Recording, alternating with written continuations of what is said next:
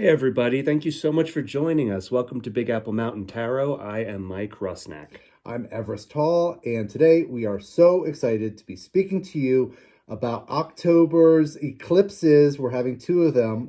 The first one's going to be in Libra on the 14th of October. And then the second one is going to be Taurus, and that is going to be on the 28th. Very good, Everest. Yeah. The first one will happen on the 14th, solar eclipse. It occurs at 11:55 a.m. Mountain Time, so that's 1:55 Eastern and 6:55 p.m. Greenwich Mean Time. We're super excited about this eclipse because we don't have to travel for it. We just have to go outside. It's going to happen right here for us. Right over our heads. Yeah. It's like amazing. I'm so excited about that. And I'm also really excited because they're Venusian eclipses. They both have to do with Venus. Venus. Libra is ruled by Venus and Taurus is ruled by Venus. So love, money, relationships. The legal system. The legal systems, creativity. For those who are interested. For those who are interested or might be having some legal drama. It's going to get more dramatic. But above everything, above all else, these eclipses are incredibly healing. Yes.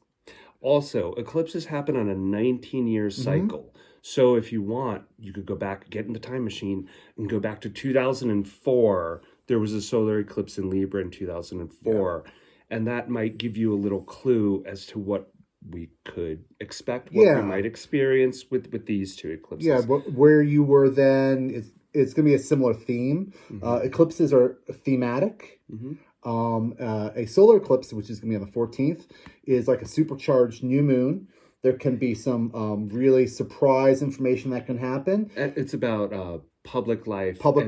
The what you do at work, what you do with other people, with your community during the daytime. Yeah, during the daytime. Diurnal. Now, the moon is going to put the sun in shadow, so things are going to be a little obscured. During the eclipse time, we suggest don't start anything new, don't make any rash judgments. It takes about 6 months to a year for eclipses to be fully activated. So don't expect like everything's going to change overnight. It's a slow, gradual progression. There's no need to go looking for drama. No, don't go looking for drama. The whole point is to elevate. Pay attention, be present. Yes. Yeah. And this one on the 14th is really about balance and balancing between the two axes. Between where we are on our natal axis and the opposite end of our axis. Correct. So it's going to check our balance on our own natal axis. Right. For the solar eclipse. For the lunar eclipse on the 28th, that will be an emotional eclipse, right? Yes. Coming at night, obviously. Yeah. Coming at night, lunar eclipse. It's also going to be about endings, where the solar eclipse is about beginnings. Exactly. And with that, I think let's start talking about the signs. We're going to go through all the signs and how it's going to influence you. We'll give you a little clue sign by sign. We're going to start with Libra. Because that's where the eclipse is happening. So we're going to start with a cardinal Libra. Right. So Libra on the other side of your axis is Aries. So Aries is all about I and its motivation. Libra is about relationships and group. But the eclipse will be hitting Libra in Libra's first house. Right, first house. So you're the boss. Yeah, it's about your ego, where the ego lives, sense of individuality, questions surrounding why I'm unique, what makes me unique. What makes me unique within a group. South Node's in Libra too. South Node is in Libra too. So this is a lot about elimination, getting rid of what is not working. But this is about new growth. Yeah. And this square to Pluto, it carries the weight of responsible change to the other cardinal signs. It's about generational duty. And it's about stepping into your own sovereignty. There's that beautiful word. Beautiful word. Sovereignty. Yeah, but what makes you unique? What makes you undeniably, and not someone else, but just yourself? Yes. With Libra, it's a lot of focus on balance and finding balance. So sometimes the self can get a little lost within finding the balance, but with understanding other perspectives. But so this is what is kind of happened for you guys. Yeah. So enjoy your fire, Scorpio. This eclipse will be hitting you in the second house. Yes. Scorpio, Taurus on the other side. Taurus, second house. Taurus is the second house. So it's about about material stability, emotional nourishment, focusing on the simplicity of needs versus the noise and chaos of wants. Yeah. Allowing new growth to come in without getting too nervous about it, without letting yourself get too psyched out about letting the old die away. You want new stuff, new nourishment. Taurus's second house is like about feeding yourself and how you simply kind of satisfy your bodily needs and finances. And with Mars squaring to Pluto, and Mars just very close to the south node, it is all about elimination process. Eliminating just what hasn't worked and what's made your life more chaotic and created some drag. Yeah, it's also think simple. It's also a fixed Earth financial house, so there could be some jostling of your personal finances, your personal values, and how you nourish yourself, dear Scorpios. Sagittarius, our friends, the Sagittarius. This eclipse will be hitting your third house. Third house Rules communication, short-term travels, quick messaging, siblings, alternative points of view. Yes. And the questions that you could be asking yourself is, have I given alternative points of view plenty of space? Am I being too dogmatic? Am I too rooted in my sense of faith, in my own beliefs? Am I keeping my mind bendy enough, elastic in my thoughts? No, that's right, because third house it's about interpersonal communications and discussions and conversations, kind of like what we're having right now and what we're doing with each other on the internet. Is that interpersonal communication. Sagittarius is about faith and higher education and the belief in something that is rooted in faith. So are you being too dogmatic, dear Sagittarius? All right. So Capricorn, another cardinal sign. Yes. And Pluto goes direct on October 11th. So thank God. Doesn't it seem like it's been there for a while? Pluto moves very slowly. Very slowly. Things are going to move for you guys there. Things are going to move for everybody, but we're going to feel Pluto move forward, after October 11th. That's the big news for this eclipse, with Pluto shaking free, going direct. Right. For Capricorn, this highlights your fourth house, your house of home. So this is highlighting ideas around domesticity, motherhood, nurturing, strengthening home traditions. This could also be a time where you might be selling a home after a long pause, or buying a new home after a long pause. Or there could just be a change in your home life. Your home, your head count might shrink or expand. It might change. You might redo the house. You may be remortgaging, home, nurturing, motherhood. Also, it's kind of a heart-based house versus the mental kind of house. The mental-driven work, climb. So I think an expanse of love and nurturing and beautiful kind of soft stuff that's really like kindness and gentle. So sweet. Yeah, it's really sweet. I think it's a sweet time for Capricorn. And then Pluto's been there. It's been kind of heavy, and it's going to be moving out. I feel really happy for Capricorn friends. New steps. Okay, Aquarius. Wow. Hi, that's me. This will be highlighting your fifth house. House of fun and love, like the Leo. Yes. Meaning more play, more chasing of your interests, more of a good time, as long as it's a creative good time and a sustaining creative good time. I'm not talking about a hangover or doing No, something that no. might harm your health. No, it's about creativity and how you find joy Mm-hmm. through creativity. It's also called like the house of children and how Mm-hmm. you find joy through the creation of children and the creation of life. Be simple and Hmm. rediscover the world and love more freely and Yes. don't weaponize your emotions No. and don't freeze people out. No. Don't play it cool. Don't be too cold, It's about dear getting really Aquariuses. ebullient with your heart. Ebullient. Yeah, and there's going to be also, you got that South Node Virgo, or South Node Libra happening here. Excuse me.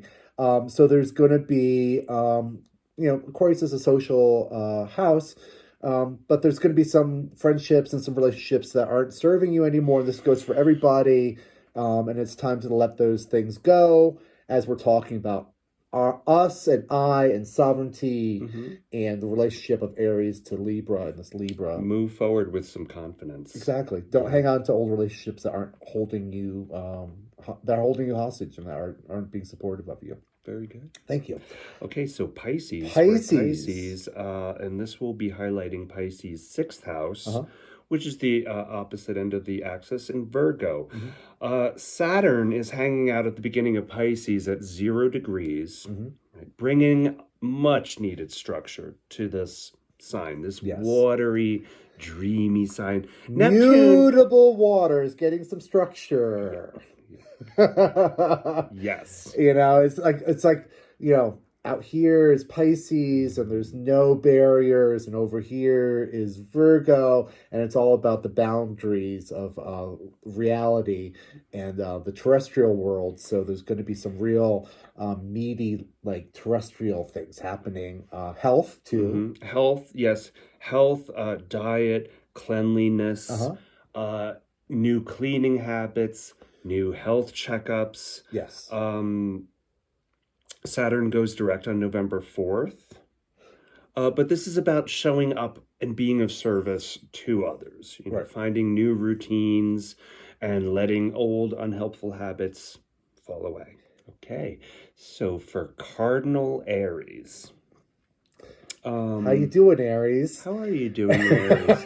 Again, Mars, your planet, is squaring to Pluto, and Pluto is squaring to the nodes. Yep. North Node nodes. is in Aries. Mm-hmm. Your seventh house, Aries friends, is being highlighted by this eclipse, which is where the South Node is. Yes, this is about your house of partnerships, Contracts, legality, karma.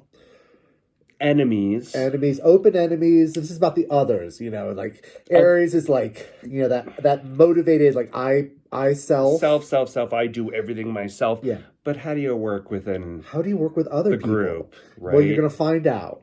Yeah. Because your seventh house is going to be highlighted. So this is going to be like new relationships, new contracts, new friends. Mm-hmm. Perhaps. And it's up to you to find non-reactive and diplomatic solutions to get through this time smoothly. Yeah, I think with Aries, during this eclipse, it would be, once again, keep it cool. Don't start anything new during the eclipse. Just kind of let things work themselves out and just be aware of patient non-reaction. Exactly. Be aware of who you're pushing on and how it's affecting things. Yes, but it's about others' money, others' homes, others' friends. It's about others. Yeah, you might maybe new friends, maybe a new job, but definitely new social things are going to come your way. Mm-hmm. Yeah. Taurus. Okay, this is good. Now, you've had Jupiter retrograde and Uranus retrograde in your sign, and they're both expansive and electric and lightning fast and Taurus eccentric. Taurus is fixed Earth. Yeah. So this might have been feeling a little uncomfortable. I know a couple Tauruses who are really like enjoying this energy and kind of doing crazy, good, cool things. Good for you. But it might feel like a little uncomfortable. You're going to be really delving deep into that eighth house of Scorpio of sex and death and recreation. Make friends with the darkness. Dance with the darkness. Yes. Feel that uncomfortableness because it makes you feel alive and it brings new stuff in. Yeah, understand what is where is dread necessary? What is the value of Uh-huh. it? Face your fears. Yes. Money too. Big money. Use money to create a money vacuum, Yes. maybe. Donate to charity. Do something different with money. Yeah. Like get out of. And I'm wearing this hat, Buck, because everyone is supposed to buck the trend. Yeah, buck the right? trend. You're going against your access. We're finding balance. It's a Libra moon, so you're finding balance between these two houses. Our dear friends Taurus, I feel like some might have some financial windfall, but if you sit on it and you're kind of like holding conservatively to it, like the Four of Pentacles, that's like the devil card. It's not going to do you very well. You have to kind of spread it out and be generous so you'll get more back. Yes, and think about what could I do to transform the shape of what I have. Bingo. So Gemini. This is I like this. This is really cool. So Gemini, your ninth house, which is ruled by Sagittarius, is going to be highlighted. So it's going to be higher learning, long distance travels. An extension of your network, perhaps from afar. Yeah, perhaps you might publish a novel or a short story, and it will be read and viewed by other people that you don't know. It's going to get out of your local kind of network, and it's going to expand. So it's a very expansive, informational. It's about experiencing the mind. It's about deepening one's faith too, and maybe taking some new turns into a new area in your faith. Right. Like, what do you have faith in, and how does it extend outside of yourself? And what is faith? What is this intangible thing that you cannot explain to others, and nor should you? No. As I say, the most precious things you keep quiet. It's like it's private to yourself. It's good to have privacy. But yeah, so it's a really expansive, beautiful energy for our Gemini friends. Good luck with that. Yeah. Okay, we are at cardinal sign Cancer. So this eclipse will be highlighting your 10th house, and that's your house of professionalism, your public service sector. Top-down structure. Cancers are good actors, and it's time to use your acting skills to draw on the wealth of knowledge that you have about human empathy in regard to work. Correct. Yeah. It's a homey sign, Cancer. It's about the house and nurturing. It's more feminine, more mother. Safety, warm, cozy. Love, compassion, as you said, empathy.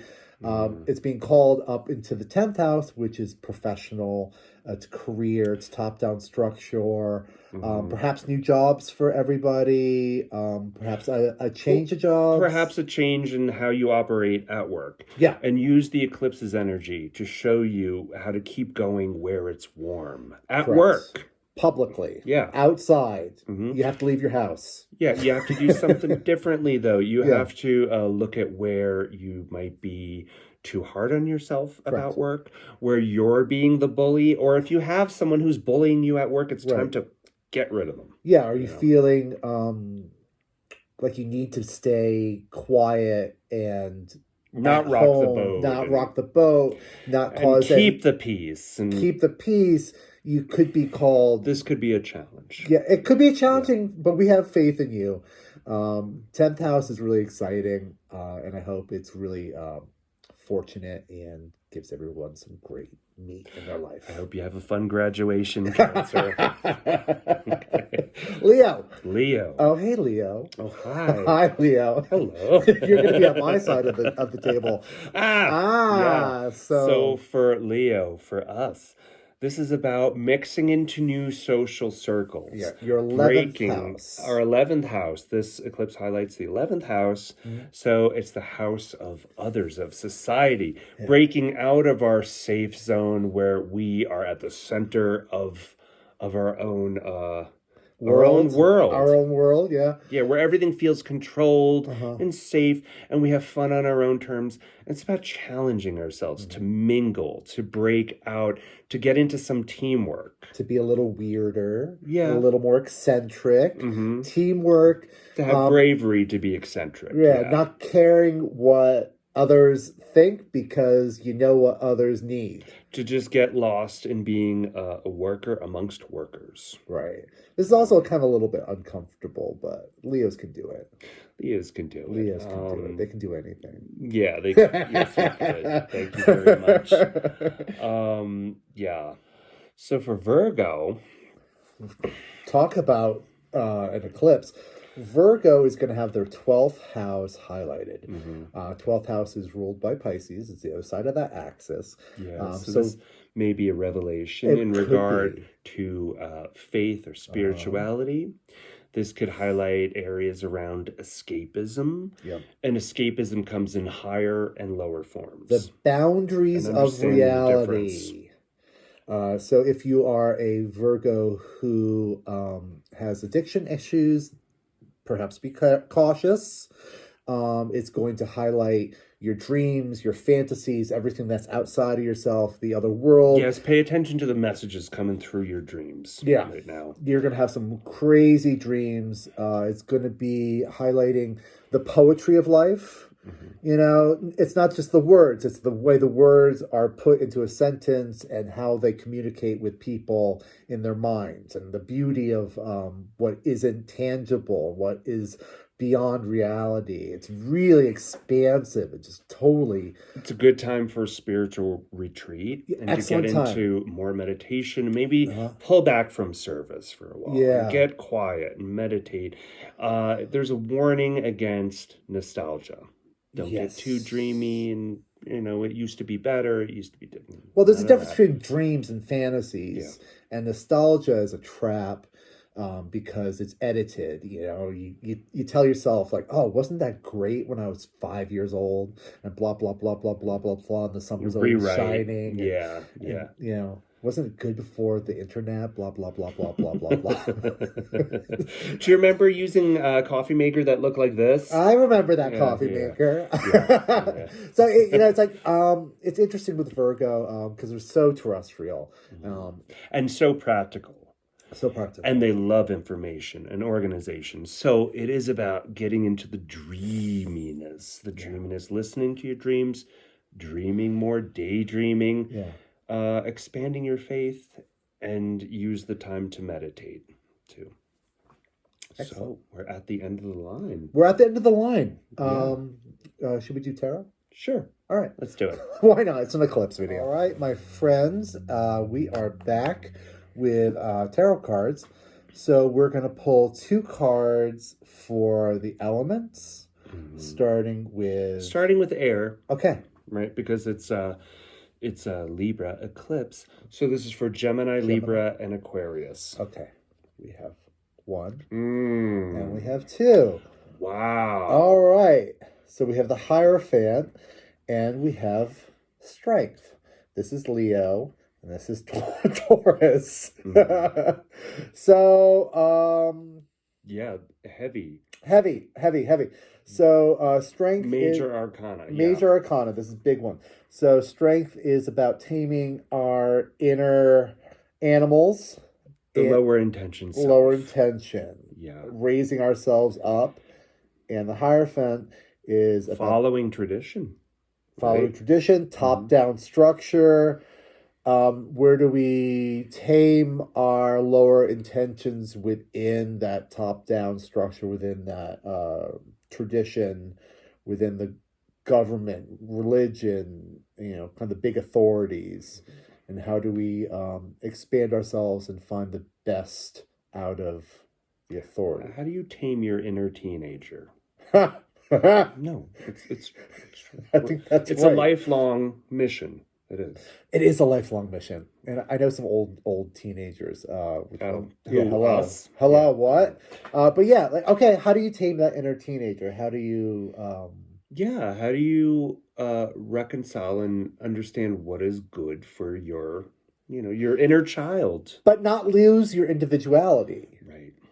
You know, how can you still be cool and still be the cool person that does a lot of fun stuff but works well with others? Ba ba ba ba ba ba ba ba ba ba ba. Okay. Okay. Water. Water. So this is Cancer, Scorpio, and Pisces. Ooh. Yes. Cancer, Yes. Scorpio, and Pisces. Okay. So this is the card of Cancer. This is about emotional control. We have these two opposing... this is home life and work life and the balance in between. Speaking about balance, there's choices. Here we have the Two of Swords. She's holding these swords up, trying to make a decision. Swords are thoughts. Swords are thoughts. These, you know, imagine holding these two swords. It could be heavy to figure out which way to go. And it's a reminder to drop into your intuition and just maybe stop thinking so much. Drop into your intuition. Yeah. Into your intuition that is balanced, because we've been doing all this good work this year and we're very well balanced, right? And we have emotional control because we know what's going on and we're seeing things clearly, and we can move forward once we have emotional control and get to our goals. Yes, but don't move forward during the eclipse. No. Just listen. Listen for that week. Listen. So here's the kind of that eclipse energy there. Let's put that in the front. Just listen to your thoughts into the situation and weigh your options. Great. Now, Taurus, Earth, Virgo, and Capricorn. Okay. Taurus, Virgo, and Capricorn. Okay. So this is guardrails. Yeah, guardrails, and this is Jupiter and Uranus in Taurus. That electrification, rattling you around. Yes. But through this eccentric and real heavy energy, you're going to learn the lesson here. The King of Swords, who is the ultimate kind of authority and has this like sword of truth, like high up there. And he's dressed in soft robes. You know, he doesn't need to be He's a gentle king. He's a gentle king because he knows what's up. Yeah. He's got the truth on his side. And he's got the truth on his side because of healthy boundaries. And he's got the truth on his side because maybe, like we said with Taurus, you're being generous and you're being expansive with your finances. And you're rooted in reality and you can kind of grow. Right. Fire. Aries, fire. Leo, and Sag. Fire. Hello. Whoa. Fiery new ideas, new passions. Yes. Fiery new ideas about finances and value. This is great. Okay. Yeah. So. And Venus has been in Leo for so long. So pages are messengers. This fellow here, he's got a red turban on, so it means that he's thinking about what he's looking at, which is this beautiful pentacle, this money, this value, this new discovery. It looks like he just kind of came across it in the middle of this field. Plucked it out of the grass. Plucked it out. And because it's an Ace of Pentacles, it's just been kind of given to you by God, and it's a new value. But you must be cautious because this is the card of Fool's Gold too, right. Isn't it? It is a card of Fool's Gold. So, you know, like all things... so don't act with it. Maybe receive this new gift, but don't turn around and reinvest in it. Just go slowly. Go slowly, especially because it's an eclipse and you've got some time with this. You got at least 6 months for this to kind of go forward. But it's a brand new value, a brand new money. This is something that you haven't noticed or seen before. And like Leo, where we're talking about the eclipse, because you're going to be working in your 11th house, there's a new value in group work, a new value in the other side of your axis. Aries, there's a new value in cooperation. There's a new value in your contracts and how you work with other people. There's a brand new value with Sagittarius as you're kind of working closely with other people and talking and expanding your belief system. Very good. really good. I hope everyone has a fabulous eclipse, and we're gonna be watching it right here because Totally. it's happening right where we are. Oh yeah, we didn't mention that. No. So we live in New Mexico, No. and we're right in the line of. We're right in the path of totality. Although it's not totality, we'll have to use the glasses. But we're going to be seeing it and watching it, And probably posting about it. So happy eclipse, Happy everybody, eclipse, and thank you so much Thank you for so much. being here with us. and enjoy the other side of your axis.